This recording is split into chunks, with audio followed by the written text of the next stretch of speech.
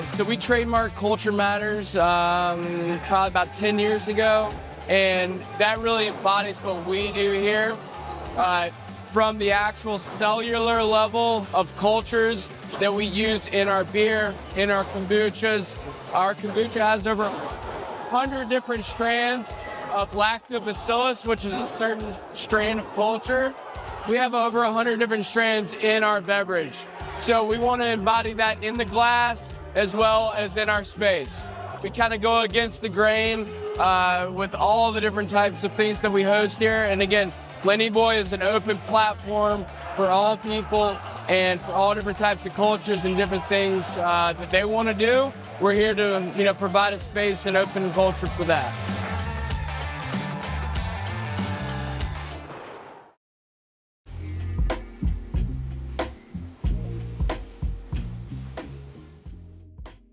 We're lucky enough to be producing 150,000 cans a month out of this facility. If you told me that we were going to be producing that many cans 10 years ago, I never would have believed it. Our tap rooms have been a great vehicle for being able to get our brand in front of the consumer and not just have a Juicy J, but have it in a setting where they're welcome, where they feel like they can be part of our family and part of our friends. I think a lot of the misconceptions about breweries and how many there are tie back to people's memories of the beer scene from 10 to 20 years ago. But if we look at pre-prohibition, every neighborhood had their own local brewery that was producing fresh products. And beer is a product that's best enjoyed fresh. It's an agricultural product. And when you get a neighborhood brewery where you can be a communal gathering spot, where you can get a well-made beer that's fresh and quality, and you can enjoy that with the people from your community, it's really a positive for every business in the area.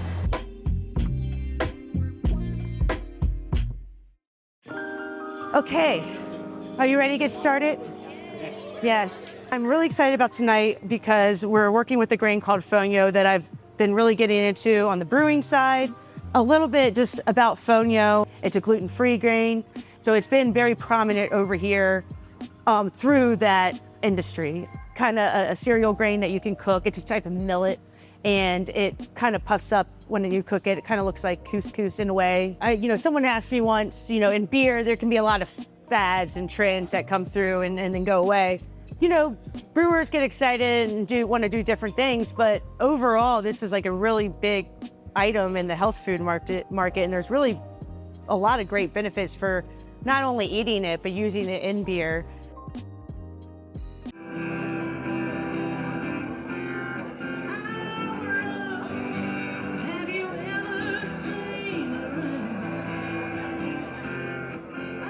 We have a lot of local artists that perform on this stage.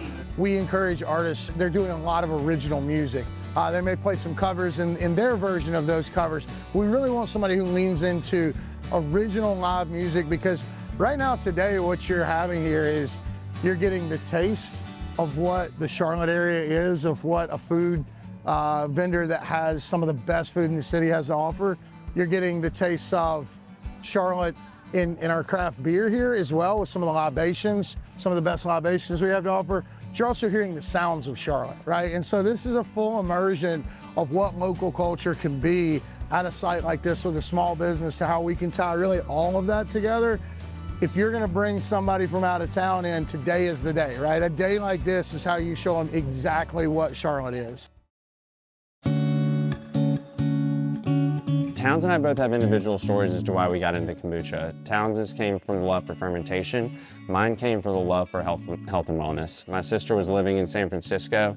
Her doctor put her on kombucha as a way to combat IBS symptoms. I mentioned to her that, hey, my buddy's starting a business called Lenny Boy where they ferment kombucha. And that's what got me interested in it, the way that it impacted her body, the continued stories that we hear about how our kombucha actually impacts people's way of life, combating some bloating issues, IBS issues.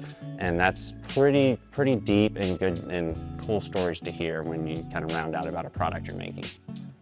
Lenny Boys maintain their identity through a kind of a phrase that I like to say is leave it better than you found it. So every day we're trying to leave it better than you found it, whether it be our people, our products, or the surrounding culture in Charlotte. So if you look at all of our products, our cans, our bottles, our kegs, anything, it says Culture Matters on it. And Culture Matters to us means everything from arts to fermentation science to local agriculture.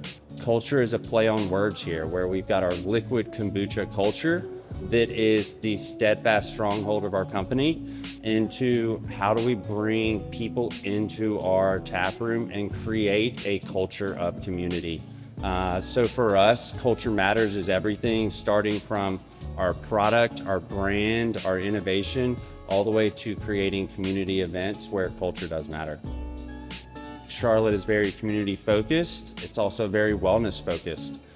So that's what you're gonna see when you come here. You're gonna find kombucha, which is a very popular wellness drink, and you're gonna find a ton of community events, from our yoga classes and fitness classes, to our trivia, to our comedy shows and wrestling shows. We're finding ways to bring the community here to a fun, happening spot that has a vibe of walking into your living room where you're always gonna feel welcome. There was a foundation already starting to be set. I do think that we were one of the pillars, at least in the beverage market. We were the first certified organic kombucha made in the Southeast, and I'm prideful that that is from Charlotte.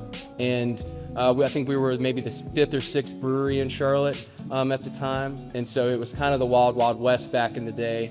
And we were all the breweries were helping out each other, whether figuring out batches or like Triple C I was cleaning my kegs at Triple C on their keg washer. So there was a lot of those initial founding members of the Charlotte beer community were really all together, and still today are still very strong. And we talk all the time. We help each other out, sourcing ingredients and materials, and it's been an amazing 13 years thus far.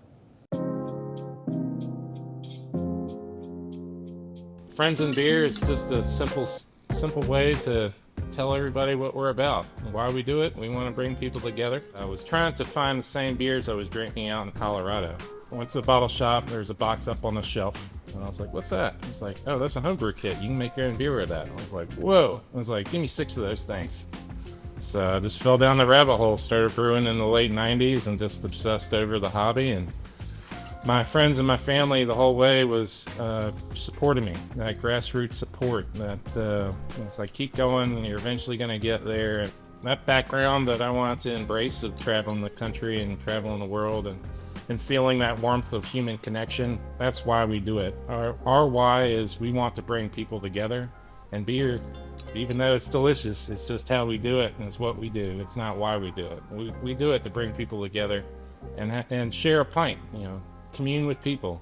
Doesn't matter what side of the aisle you're on or what differences you have. You can always sit down at a bar and find common ground and have a good time. When we gather, it's with a mix of coworkers and regulars and people we've just met at the bar. One of my favorite things about working at a brewery with a bar is that I can bring someone a product that's still in the tank that we're working on and share with that product with them, get their ideas, their feedback, make them a part of what we're doing. And people really enjoy that. I enjoy it. It's one of my favorite parts of brewing, is bringing people into the process. It doesn't matter if they're long relationships or just people that you met that day at the bar. You can always have a good time and raise a pint. Beer is a drink of the people, and we want to celebrate that. We have a really interesting brewery culture in Charlotte. We have much like Charlotte itself, it's a reflection of all the different people arriving from outside the city, as well as people that are moved in from the surrounding countryside and people that were born here. That we have people from all over the country and all over the world. And I think that melting pot of ideas and backgrounds makes Charlotte unique.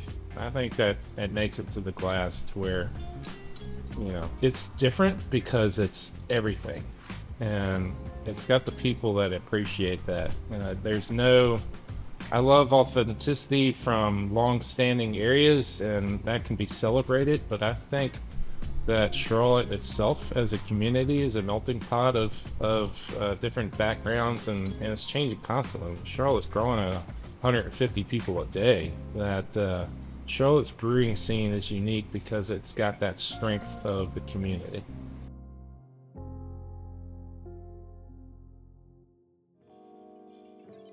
I mean, this was around 2005, so there was not a ton of craft beer spots in Richmond at the time either.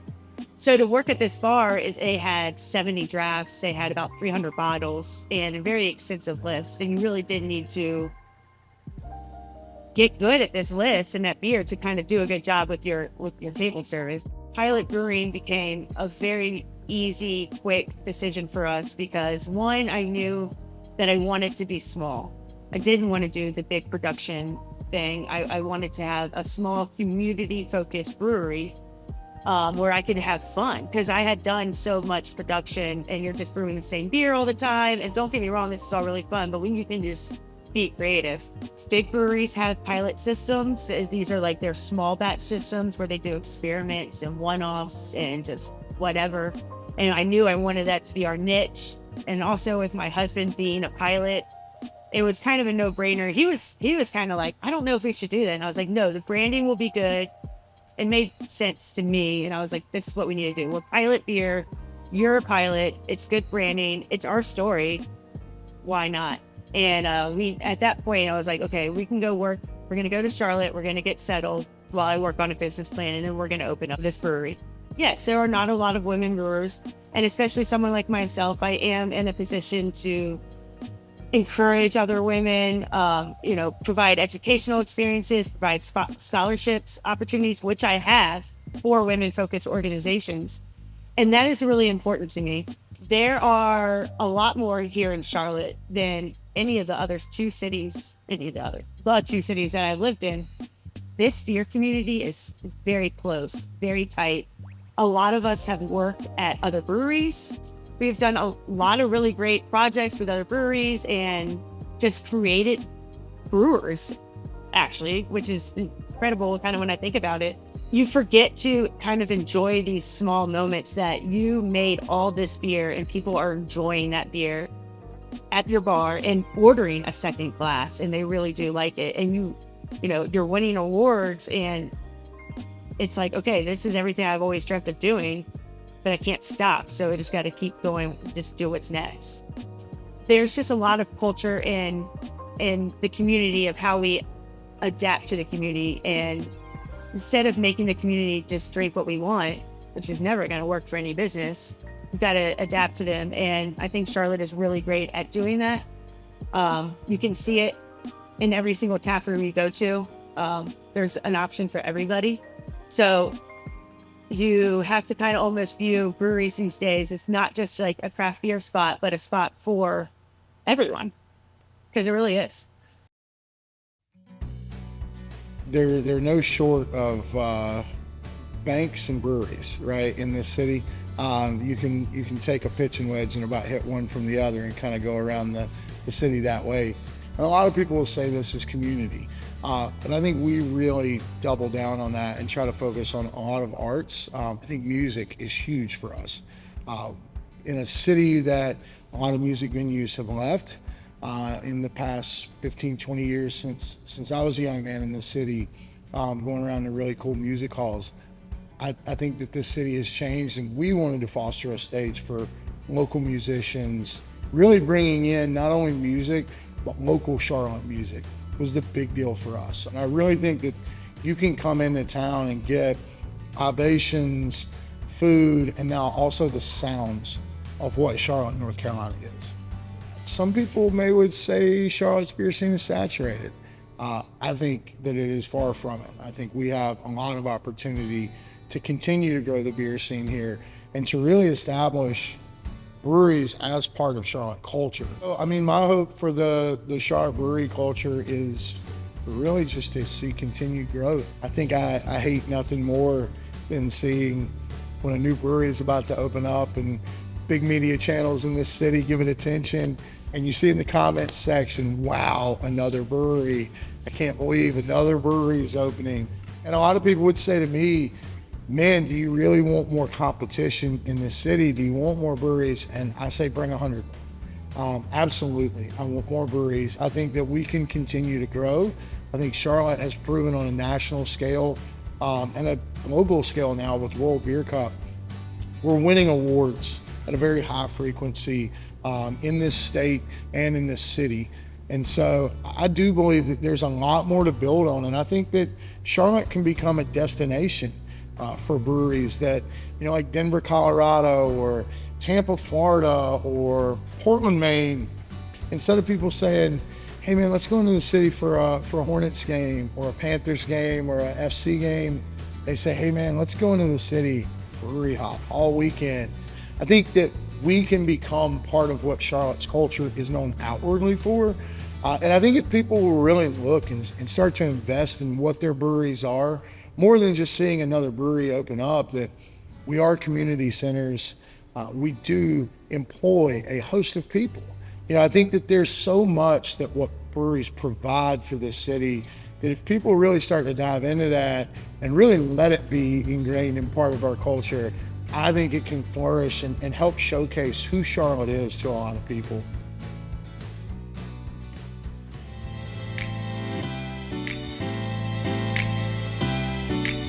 Oh yeah, Charlotte's culture is everything. This is a melting pot city. It's kind of weird to meet people that are from Charlotte for me, because everyone that moves here, there's 109 people moving here a day right now. This city has something for everyone, because people that move here and live here are from everywhere. I would definitely say Charlotte has a culture. There's a lot of Charlotte slander that happens from people that are outside of Charlotte, but we have a great city. I've seen the growth of the city over the past 20 years, and it's been incredible. To me, it's defined by tradition and modern growth. I think of banking giants tied into craft breweries. I think of these beautiful historic neighborhoods tied into modern skyscrapers. But the one thing that kind of ties us all together is our love and affinity for the crown, right? I think we all want to see Charlotte flourish and succeed. I think we all love the boom that we're one of the cities people are moving the most to. I think we love it anytime that Charlotte is recognized as being on the come up, right? I think that's the biggest part of Charlotte culture, is that we all want to be a part of this city. I don't know that we've defined exactly what the culture holistically is yet, but I think that's okay as long as we're all working together, that shows that we're tied together as Charlotteans. Rapping for the Queen City. Charlotte's got it buzzing, underestimated, but we up and coming. It's the Queen City, where we all come together, lift each other up until we shining like the weather. It's the Queen City, and if you didn't know, we all about the culture in the 704. It's the Queen City, we gon' hold it down. Everybody do it for the crown, rapping for the Queen City.